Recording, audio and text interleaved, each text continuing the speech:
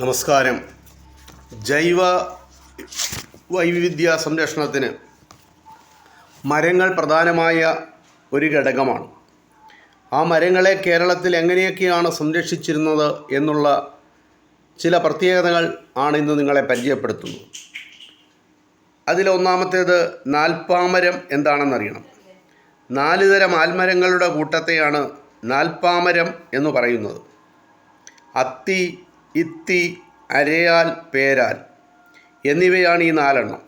ധാരാളം ഓക്സിജൻ പുറത്തേക്ക് വിടുന്ന ഈ മരങ്ങൾ ചർമ്മ സംരക്ഷണത്തിനുള്ള സൗന്ദര്യക്കൂട്ടുകളിലും ഉപയോഗിക്കാറുണ്ട്. ഇത് ഒന്നാമത്തെ ഒരു പ്രത്യേകതയാണ്. രണ്ടാമത്, നമുക്ക് നക്ഷത്ര വൃക്ഷങ്ങളുണ്ട്.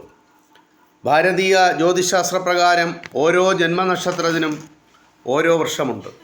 ഓരോരുത്തരും തങ്ങളുടെ നക്ഷത്ര വൃക്ഷത്തെ നട്ടു സംരക്ഷിക്കുന്നത് ഐശ്വര്യം കൊണ്ടുവരുമെന്നാണ് പണ്ട് ആളുകൾ വിശ്വസിച്ചിരുന്നത്. ആ വിശ്വാസം നമ്മുടെ വീട്ടുപറമ്പുകളിൽ ധാരാളം മരങ്ങൾ ഉണ്ടാകുന്നതിന് ഒരു കാരണമായി. 27 നക്ഷത്രങ്ങൾക്കുമായി 27 വർഷങ്ങളുള്ളതിൽ 20 വർഷവും ഔഷധ വർഷങ്ങളാണ്. ആചാരത്തിൻ്റെ പ്രാധാന്യം ഇത് വർദ്ധിപ്പിക്കുകയാണ് ചെയ്യുന്നത്. ഓരോരുത്തരും അവരുടെ നക്ഷത്ര വൃക്ഷങ്ങളെ സംരക്ഷിച്ചുകൊണ്ട് ജൈവ വൈവിധ്യ സംരക്ഷണത്തിൻ്റെ പങ്കാളികളായി മാറുന്നു. ആ നക്ഷത്ര വൃക്ഷങ്ങളും ആ നക്ഷത്രവും ഏതാണ് എന്നുള്ളതാണ് ഇനിയും നിങ്ങളോട് പറയുന്നത്.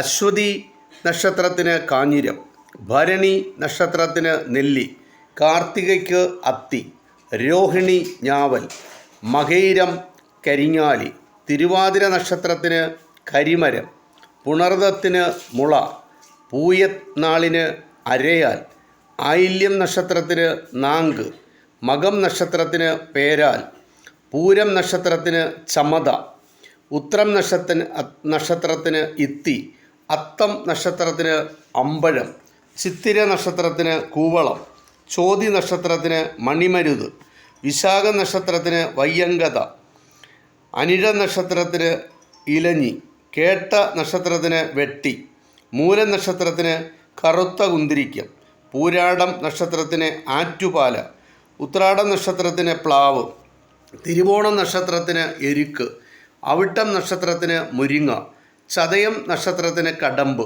പൂരിട്ടാതി നക്ഷത്രത്തിന് വേപ്പ്, ഉത്രട്ടാതി നക്ഷത്രത്തിന് മാവ്, രേവതി നക്ഷത്രത്തിന് ഇലിപ്പ. ഇത് 28 നക്ഷത്രങ്ങളുടെ വൃക്ഷങ്ങളാണ് നിങ്ങളുമായി പങ്കുവച്ചത്. ഇനിയും അടുത്ത ഒരു പ്രത്യേകത, ദശമൂലം. ഔഷധ ഗുണമുള്ള 10 സസ്യങ്ങളുടെ വേരുകളാണ് ദശമൂലം എന്നറിയപ്പെടുന്നത്. എല്ലാ ആയുർവേദ ഔഷധങ്ങളിലും ഈ ദശമൂലങ്ങളിൽ ഏതെങ്കിലും ഒന്നിൻ്റെ വേര് ചേർന്നിട്ടുണ്ടാവും. ആ ദശമൂലങ്ങൾ ഉൾപ്പെടുന്ന സസ്യങ്ങൾ ഓരില, മൂവില, കണ്ടകാരിച്ചുണ്ട, ചെറുവഴുതന, ഞെരിഞ്ഞിൽ, കൂവളം, കുമിഴ്, പലകപ്പയ്യാനി, പാതിരി, മുഞ്ഞ. ഇതാണ് 10 ദശമൂലങ്ങളിൽ ഉൾപ്പെടുന്ന ഔഷധ സസ്യങ്ങൾ. ഇനിയും ഭാരതീയ വിശ്വാസപ്രകാരം ആകെ 12 രാശികളാണുള്ളത്. ഇത് 12 മാസങ്ങളെ സൂചിപ്പിക്കുന്നു. ഓരോ രാശിക്കും ഓരോ മരങ്ങളുണ്ട്. മേടം രാശിക്ക് രക്തചന്ദനം, ഇടവം രാശിക്ക് ഏഴിലംപാല, മിഥുനം രാശിക്ക് പ്ലാവ്, കർക്കിടകം രാശിക്ക് ചമത, ചിങ്ങം രാശിക്ക് പാതിരി, കന്നി രാശിക്ക് മാവ്, തുലാം രാശിക്ക് ഇലഞ്ഞി, വൃശ്ചികം രാശിക്ക് കരിങ്ങാലി, ധനു രാശിക്ക് അരയാൽ, മകരം രാശിക്ക് ഈട്ടി, കുംഭം രാശിക്ക് വഗ്നി, മീനൻ രാശിക്ക് പേരാൽ. ഇത് മരങ്ങളുടെ മറ്റൊരു പ്രത്യേകതയാണ്. ഇനി നമ്മൾ ദശപുഷ്പങ്ങൾ അറിഞ്ഞിരിക്കണം. മലയാളിയുടെ സംസ്കാരത്തിൻ്റെ ഭാഗമായ പൂക്കളാണ് ദശപുഷ്പങ്ങൾ. ഇവ ചൂടിയുള്ള തിരുവാതിരകളിയും മറ്റും പണ്ട് നമ്മുടെ നാട്ടിൽ സാധാരണമായിരുന്നു. വീട്ടുമുറ്റത്തെ പൂന്തോട്ടത്തിൽ ചെടിയായും ഔഷധമായും ഒക്കെ ദശപുഷ്പങ്ങളെ വളർത്തിയിരുന്നു. ആ ദശപുഷ്പങ്ങൾ ഉൾപ്പെടുന്ന ചെടികൾ ഏതൊക്കെയാണ് എന്ന് നമ്മൾ അറിഞ്ഞിരിക്കണം.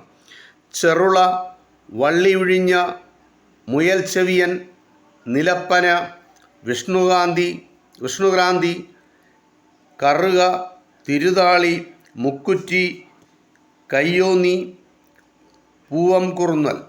ഈ 10 എണ്ണമാണ് ദശപുഷ്പങ്ങളിൽ ഉൾപ്പെടുന്ന സസ്യങ്ങൾ. ഇത് നിങ്ങളെ ഒന്ന് പരിചയപ്പെടുത്തി.